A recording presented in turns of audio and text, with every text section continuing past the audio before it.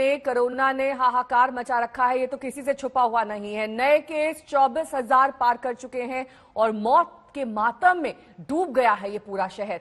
इस सबसे परे सरकार ऑक्सीजन आपूर्ति में जैसे फेल हो रही है। कई अस्पतालों में ऑक्सीजन लेवल खतरनाक हद तक जा पहुंचा है।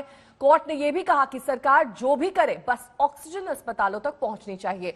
ऑक्सीजन के मामले में अदालत आज भी सुनवाई करेगी। देर रात तक कुछ अस्पतालों में ऑक्सीजन पहुंची, लेकिन बाकियों को अब भी इंतजार है।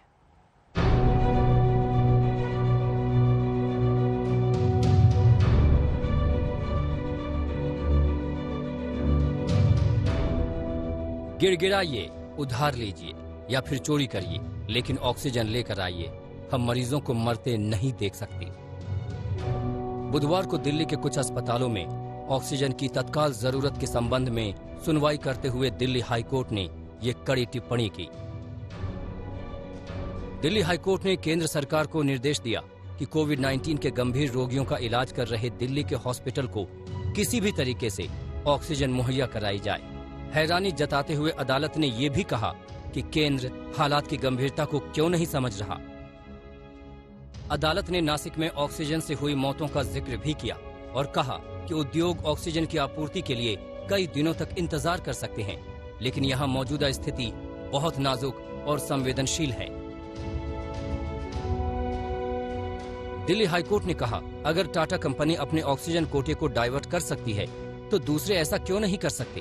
क्या इंसानियत की कोई जगह नहीं बची है? यह हास्यास्पद है।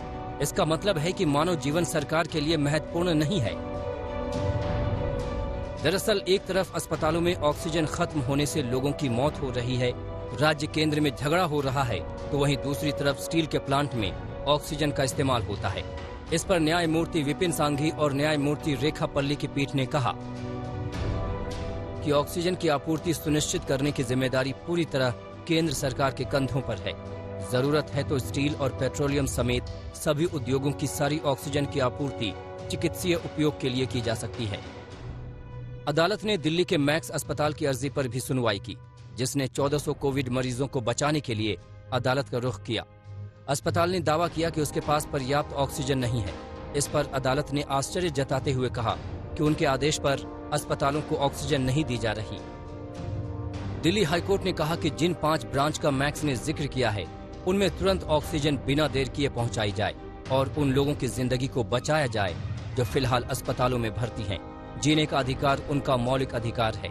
कोर्ट ने केंद्र को फटकार लगाते हुए कहा कि आपको डिमांड और सप्लाई का कोई अंदाजा क्यों नहीं है। फिलहाल कोर्ट ने बोला है केंद्र सरकार को कि वो दिल्ली सरकार को 480 मीट्रिक टन ऑक्सीजन देगी। कोर्ट इस बात से बेहद नाराज था कि एक दिन पहले ही कोर्ट के आदेश होने के बावजूद भी अस्पतालों के पास जो सप्लाई पहुंचनी चाहिए ऑक्सीजन की, उतनी सप्लाई नहीं पहुंच पाई है। कोर्ट ने कहा कि लोग अपनी जान गंवा रहे हैं।